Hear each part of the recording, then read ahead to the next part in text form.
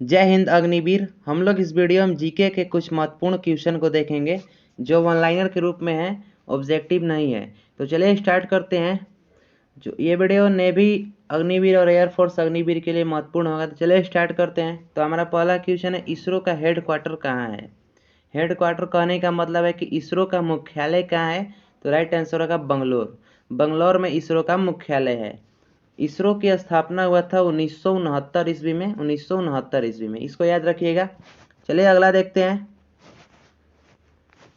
अगला क्वेश्चन है, खट्टे फलों में कौन सा एसिड होता है, यानी खट्टे फलों में कौन सा अम्ल पाया जाता है। तो राइट आंसर होगा साइट्रिक एसिड। जो साइट्रिक एसिड है वो खट्टे फलों में पाया जाता है। अगला क्वेश्चन देखते हैं, भारत के में प्रधानमंत्री के ओहदे को क्या माना जाता है, यानी ओहदे कहने का मतलब है कि पद। भारत में प्रधानमंत्री के पद को क्या माना जाता है।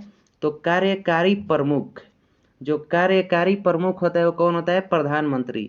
लेकिन जब वास्तविक कार्यकारी कह देगा कि वास्तविक कार्यकारी कौन होता है, तो वो राष्ट्रपति होते हैं। अगला देखते हैं।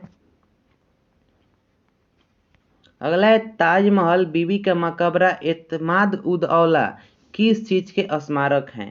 तो ये मृत व्यक्ति के कब्रगाह या स्मारक बोलिए। ये जो ताजमहल है वो शाहजहां की बीबी मुमताज थी उसकी है, और बीबी के मकबरा औरंगजेब के और एतमाद उद औला खुद इनका ही मकबरा है। ठीक है, अगला देखते हैं। सम्राट अशोक किसका उत्तराधिकारी था, यानी जो सम्राट अशोक थे वो किसके उत्तराधिकारी थे। तो बिंदुसार। बिंदुसार के बेटे का नाम क्या था, सम्राट अशोक या अशोक। अगला देखते हैं। अगला है, भारतीय संविधान को पहली बार कब संशोधित किया गया।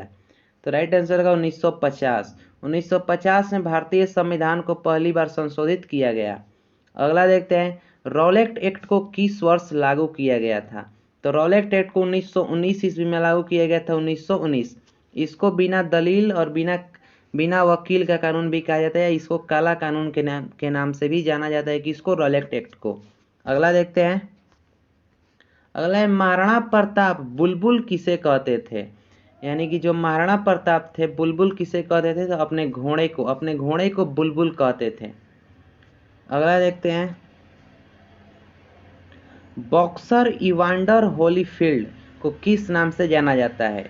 द रियल डील के नाम से इनको जाना जाता है। किसको, बॉक्सर इवांडर होलीफील्ड को किस नाम से, द रियल डील के नाम से जाना जाता है।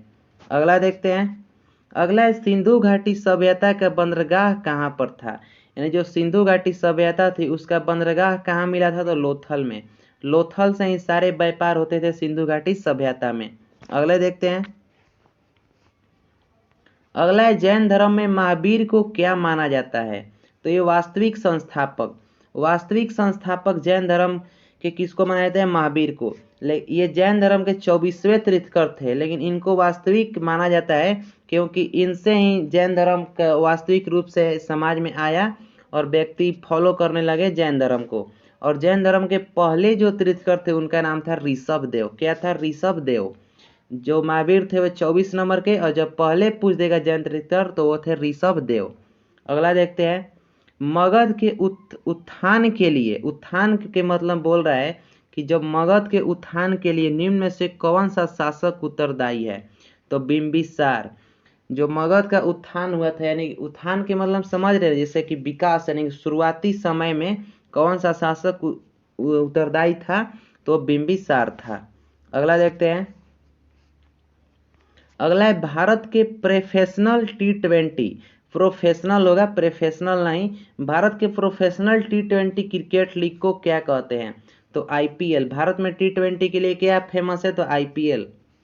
अगला देखते हैं, भारत के राष्ट्रपति वर्तमान में पूछ रहा है। अभी तो 2 दिन पहले चुनाव हुआ, तो अभी वर्तमान में हो गए द्रौपदी मुर्मू। इसको मत याद रखिएगा, द्रौपदी मुर्मू बनी है 15वें नंबर के राष्ट्रपति। ठीक है, अगला देखते हैं।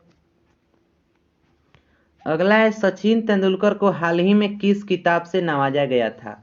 तो राइट आंसर होगा पद्म विभूषण। सचिन तेंदुलकर को हाल ही में पद्म विभूषण से नवाजा गया है। अगला है, संसद में कौन 2 हाउसेस हैं, मतलब बोल रहा है कि 2 हाउसेस के मतलब कि संसद के कौन 2 सदन है। तो एक है लोकसभा और एक है राज्यसभा। लोकसभा को निम्न सदन कहा जाता है और राज्यसभा को उच्च सदन कहा जाता है। ठीक है। संसद जो है अनुच्छेद 79 में, और लोकसभा जो है 81 में, और राज्यसभा 80 में है, ठीक है, अनुच्छेद। अगला देखते हैं। अगला है भारत का सबसे छोटा राज्य कौन सा है? तो गोवा। भारत का सबसे छोटा राज्य गोवा, और जनसंख्या की दृष्टि से सबसे छोटा सिक्किम, ठीक है। अगला देखते हैं। अगला है रामायण के लेखक कौन थे? या रामायण के रचयिता कौन थे? तो वाल्मीकि जी थे रामायण के रचयिता। अगला देखते हैं। भारत में ब्लू सिटी के नाम से किसे जाना जाता है? तो राजस्थान के जोधपुर को भारत के ब्लू सिटी के नाम से भी जाना जाता है। अगला देखते हैं। अगला है भारत में कौन सी नोट इशू सिस्टम, इशू नहीं है यहाँ पर, थोड़ा फिर से मैं इसको रिपीट कर दे रहा हूँ। भारत में कौन सी नोट इशू सिस्टम फॉलो की जाती है, यानी कि जो, तो मिनिमम रिजर्व सिस्टम को फॉलो की जाती है। यानी कि जो भारत में आरबीआई नोट इशू करती है तो उसके लिए कौन सी सिस्टम फॉलो करती है? तो मिनिमम रिजर्व सिस्टम को फॉलो करती है, ठीक है, मिनिमम रिजर्व सिस्टम। यहाँ पर हमारा 20 महत्वपूर्ण क्वेश्चन समाप्त होता है। मिलेंगे नेक्स्ट वीडियो में। जय हिंद।